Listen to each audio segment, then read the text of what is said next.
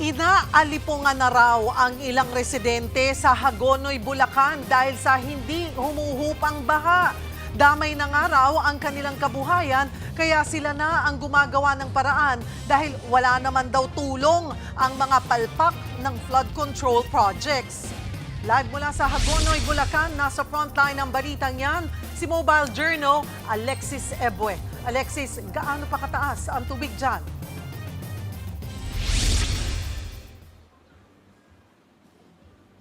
Cheryl, dito nga tayo sa Barangay Iba sa Hagonoy, Bulacan at hanggang ngayon kahit tirik ang araw ngayong buong Biyernes, hindi pa rin humuhupa ang level ng tubig dito. Ayon sa mga residente, halos 2 linggo na daw itong tubig dito pero hindi pa rin ito humupa-hupa at nagkandalugi-lugi ng araw ang ilang mga negosyo dito at patuloy pa rin sila nandito.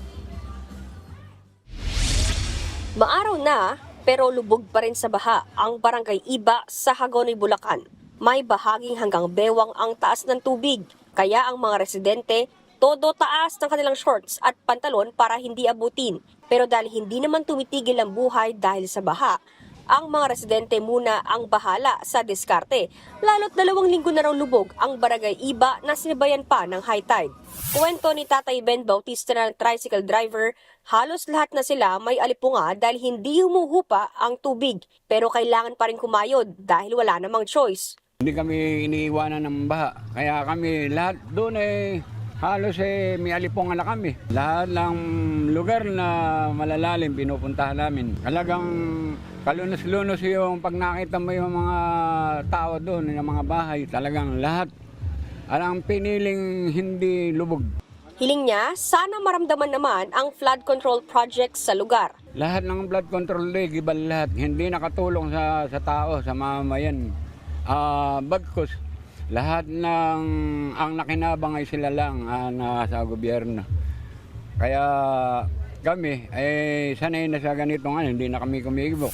Si Nanay Lolita Gutierrez naman, 3 araw isinara ang kanyang putasan dahil sa baha. Back in business man daw siya ngayong araw, sobrang tumal naman ng benta. Mula raw sa 3,000 pesos kada araw, ngayon 400 pesos na lang. Sana po matulungan kami kahit paano. At sana hindi lang kami, yung buong barangay matulungan ng ating pamahalaan. Naabutan naman namin si Tatay June na pasan-pasan ang pagkain ng kanyang mga manok. Kwento niya, sumasakit na ang paa niya sa paglusong. Nalunod na rin ang kanyang mga alaga dahil sa baha. Masakit naman, no?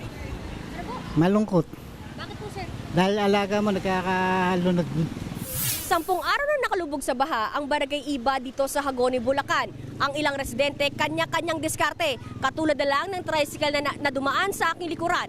Medyo mataas siya ngayon kumpara sa normal na sasakyan dahil nga lubog sa baha itong barangay na to.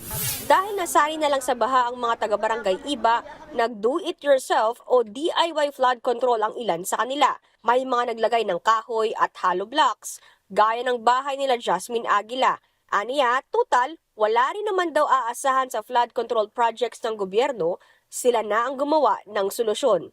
Wala kung di kami mag-iisip ng paraan. Wala naman tayong aasahan sa government natin, lalo ngayon . Kaya din lumalalim yung tubig dito, gawa nung yung flood control na ginawa nila sa may bandang Iba na stop. So yung tubig, talagang todo yung arangkada dito sa amin ngayon.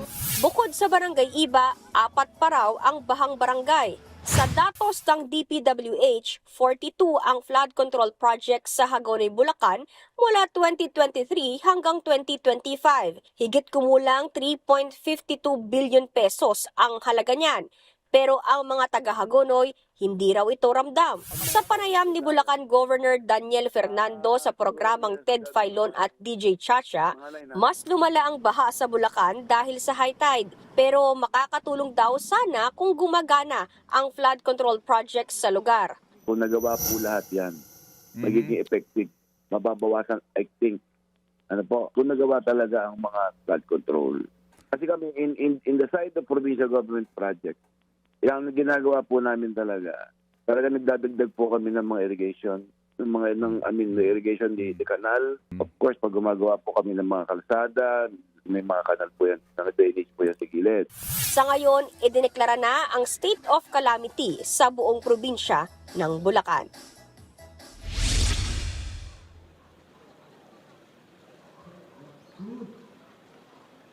Cheryl, nakapanayam nga natin kanina ang local MDRRMO officer ng Bulacan at ayon sa kanila nitong Miyerkules pa daw inideklara na state of calamity ang buong probinsya.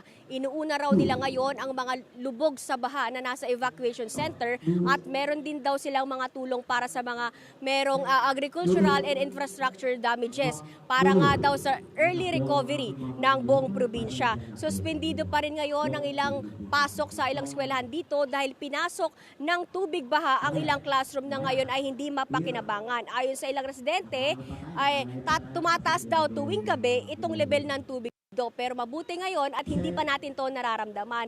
Cheryl, kasalukuyan parang normal ang mga residente dito. Kung maririnig ninyo sa aking background, meron pa nga nagkakaraoke dito at bukas lahat ng tindahan na parang walang baha dito.